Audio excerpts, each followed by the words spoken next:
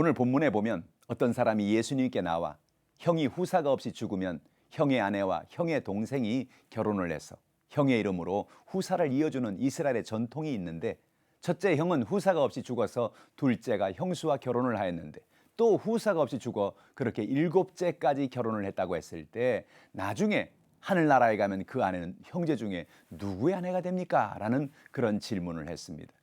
예수님은 그에게 오늘 답을 주십니다. 오늘 본문의 말씀을 통해서 우리에게 주시는 진리의 말씀이 무엇일까요? 첫째로 성경을 바로 알아야 한다는 것입니다.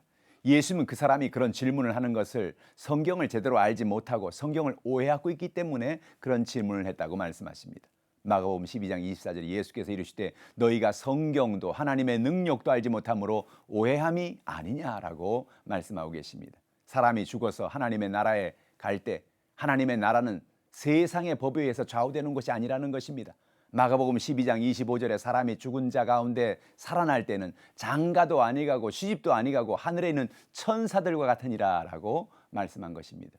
사람이 죽으면 육신을 가지고 살아가는 것이 아니라 신령한 몸으로 변화되어 살아가기 때문에 이제는 결혼도 하지 아니하고 천사와 같은 존재가 된다는 것이지요. 천사가 결혼을 하지 않는 것처럼 인간은 죽어 천국에 가면 천사들과 같은 존재로 살게 된다는 것입니다. 우리는 성경을 바로 알기 위해서 날마다 성경을 읽고 묵상해야 하는 것입니다. 하나님은 우리가 성경 말씀을 읽을 때 우리가 어떻게 하나님을 예배하고 찬양하며 우리가 어떻게 주변의 이웃들에게 사랑을 베풀며 살 것인가를 깨닫게 해주시는 것입니다. 우린 매일 성경을 읽고 그 말씀을 순종하며 살아야 합니다. 하나님은 왜 우리에게 성경을 읽으라고 말씀하십니까? 그 말씀을 읽고 그 말씀에 순종해서 하나님이 예비하신 놀라운 복을 받고 살라는 것입니다. 둘째로 우리는 하나님의 능력을 알아야 합니다. 예수님에게 질문한 사람들의 문제는 무엇입니까? 하나님의 능력을 제대로 알지 못했다는 것입니다. 당시의 사두개인들은 부활을 믿지 않았습니다. 하나님이 사람들에게 부활을 주신다는 것을 알지 못했기 때문에 그렇습니다.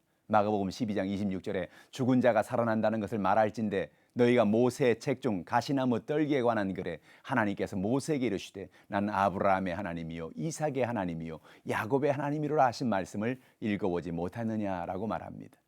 하늘나라에서는 죽은 사람도 살아있다는 것입니다. 하나님은 모세에게 말씀할 때 나는 아브라함의 하나님이라고 말씀하셨습니다. 여기서 우리가 주목할 부분은 한글 성경에는 잘 나타나 있지 않지만 원어 성경에는 나는 아브라함의 하나님이란 말이 현재형으로 되어 있다는 것입니다. 나는 아브라함의 하나님이었다가 아니고 나는 아브라함의 하나님이다. 지금 바로 그 아브라함의 하나님이다 하는 그런 말입니다. 왜 하나님은 이미 죽은 지가 오래된 아브라함의 이야기를 모세에게 마치 아브라함이 지금도 살아있는 것처럼 나는 아브라함의 하나님이라고 현재형으로 말하고 있는 것일까요? 그것은 하나님 앞에 모든 사람은 결국 죽지만 그 죽은 사람들은 다시 살아나기 때문에 그와 같은 말씀을 하신 것입니다. 결국 이 이야기는 예수님이 십자가에서 죽으실 것이나 다시 사실 것임을 말해 주시는 것입니다. 이것이 어떻게 가능합니까? 하나님은 권능의 하나님이기 때문에 가능하다는 것입니다. 우리는 하나님의 권능을 알고 그 하나님의 권능을 믿어야만 하는 것입니다. 그럴 때 죽은 우리도 부활로 살아난다는 것입니다.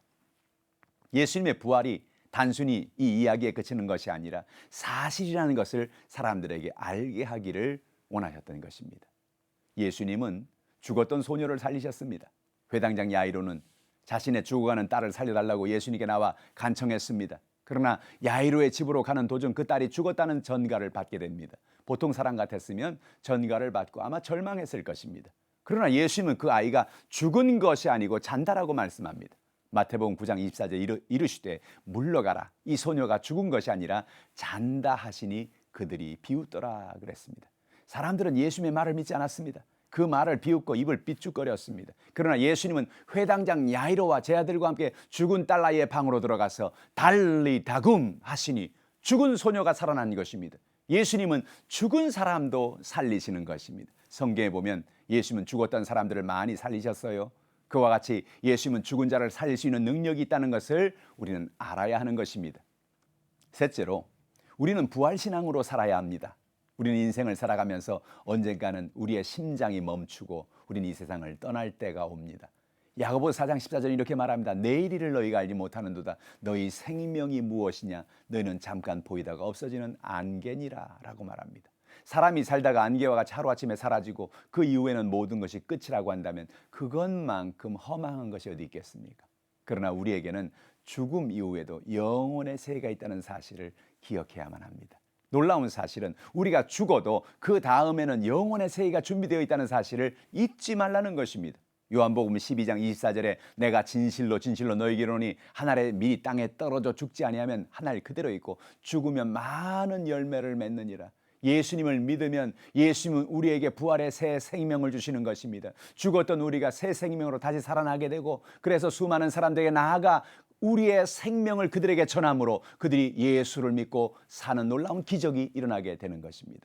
그러므로 우리는 사망이 다가오더라도 그 후에 영원한 삶이 있다는 사실을 알고 부활 신앙을 가지고 살아가시기를 주님의 이름으로 축원합니다. 우리는 성경을 오해하지 말아야 합니다. 사람은 이 땅에 태어났다가 한 번은 반드시 죽습니다. 그러나 죽은 후에는 영원한 부활이 있습니다. 사람이 부활을 하면 이 세상에서와 같이 결혼을 하지 않는다는 것이지요. 하나님은 오늘도 죽은 사람을 살리는 부활의 능력을 가지고 계시는 것입니다. 오늘 우리도 하나님을 의지하고 부활 신앙으로 무장해서 우리를 죽음에서 구원하시고 영원한 부활의 생명을 주신 예수님을 날마다 전하며 살아가는 저 여러분 되기를 주님의 이름으로 축원합니다.